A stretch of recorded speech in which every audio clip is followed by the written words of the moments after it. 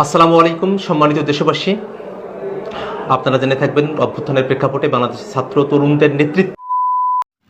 আসসালামু আলাইকুম বন্ধুরা, আশা করি আপনারা সকলেই ভালো আছেন। তো আজকে যে বিষয়টা নিয়ে আপনাদের মাঝে হাজির হয়েছি সেটি হচ্ছে ছাত্ররা তারা নতুন রাজনৈতিক দল গঠন করেছে। ২৮শে ফেব্রুয়ারি তারা এটি আত্মপ্রকাশ করতে যাচ্ছে। তো তাদের জন্য শুভকামনা। তারা বাংলাদেশকে নতুন করে সাজাবে, এটাই প্রত্যাশা। দেখা যাক সামনে কি হয়। তো তারা দেশবাসীকে দাওয়াত করেছে, নিমন্ত্রণ করেছে।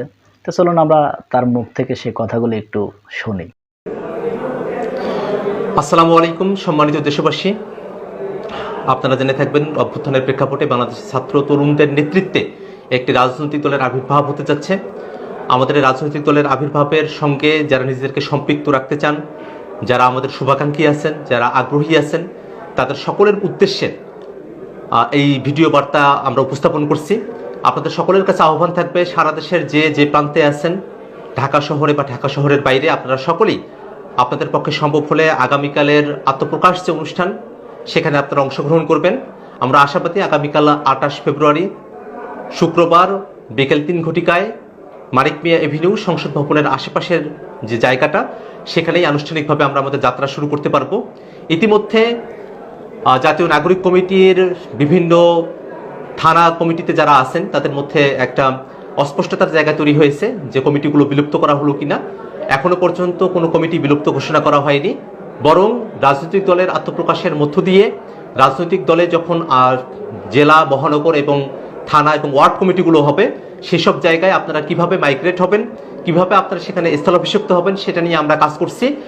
এখনো পর্যন্ত আমাদের মধ্য থেকে জাতীয় নাগরিক কমিটির যে কার্যাবলী, সেটাকে একটি সিভিল প্ল্যাটফর্ম হিসেবে পরিচালনা করবার বিষয়ে আমরা সিদ্ধান্ত নিয়েছি, ঐক্যমত্যে পৌঁছেছি। আমরা সকলের কাছে আশাবাদী যে তারুণ্যের নেতৃত্বে ডান বাম বাইনারির বাইরে এসে যে মধ্যমপন্থী রাজনীতির সূচনার কথা আমরা বলেছি, বাংলাদেশের স্বার্থের রাজনীতির কথা বলেছি, বাংলাদেশের একটি স্বনির্ভর পররাষ্ট্রনীতির কথা আমরা বলেছি, বাংলাদেশের মানুষের যে পলিসি নির্ভর যে রাজনীতির কথা আমরা বলেছি, জনস্বার্থের পক্ষে যেন পলিসি হয়। একই সাথে আমরা নাগরিক হিসেবে, মানুষ হিসেবে আমাদের যে অধিকার এবং মর্যাদার প্রশ্ন আছে, সেই প্রশ্নগুলোকে আমরা কিভাবে রাজনীতির মধ্য দিয়ে আদায় করতে পারি, সেই বক্তব্যগুলো আমরা জাতির সামনে উপস্থাপন করেছি। আমরা আশাবাদী সকল ধর্ম, বর্ণ, লিঙ্গের মানুষের অংশগ্রহণের মধ্য দিয়ে, সকল সম্প্রদায়ের মানুষের অংশগ্রহণের মধ্য দিয়ে আমরা আমাদের আনুষ্ঠানিক যাত্রা শুরু করতে পারবো। সেই যাত্রায় আপনাদের সকলের অংশগ্রহণ প্রত্যাশা করে আমি আমার ভিডিও বার্তা এখানেই শেষ করছি। ধন্যবাদ সকলকে। তো বন্ধুরা, আমরা স্ক্রিনে সে কথাগুলো শুনলাম।